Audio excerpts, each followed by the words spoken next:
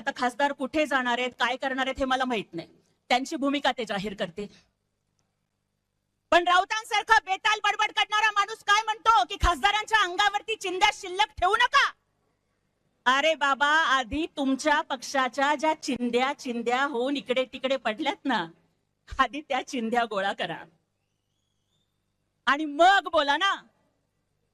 या महाराष्ट्राच्या राजकारणातला सगळ्यात मोठा चिंदी चोर जर कोण असेल ना, तर तो संजय राऊत आहे.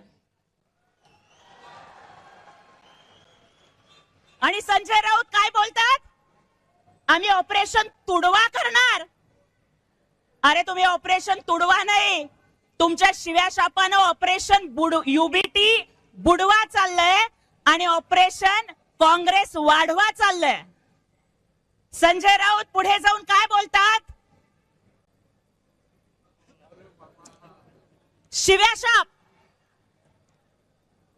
भची भाराकडी, आणि तुम्ही सांगताय राडे करणार.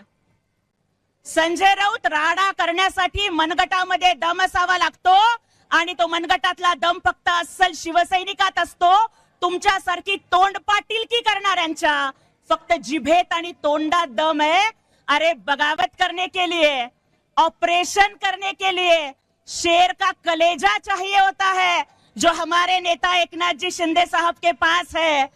पण तुमच्याकडे दुर्दैवानं कलेजा पण नाही आणि भेजा पण नाही, म्हणून तुमच्या गटाची ही अशी अवस्था झालेली आहे. आणि त्याच्यामुळे राऊत, ज्या खासदारांना तुम्ही राजीनामा द्या म्हणताय, जर असेल नैतिकता, असेल चाड शिल्लक आणि असेल लाज शिल्लक, तर पहिल्यांदा स्वतःचा राजीनामा टाका.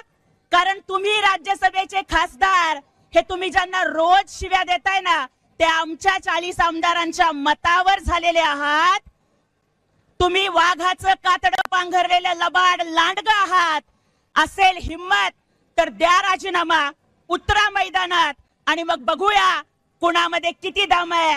आणि इथून पुढे औकातीत राहून बोलायचं, तोंड सांभाळून बोलायचं, नाहीतर तोंड फोडायचं कसं असतं ना, हे शिवसैनिकांना कोणी शिकवण्याची गरज नाहीये.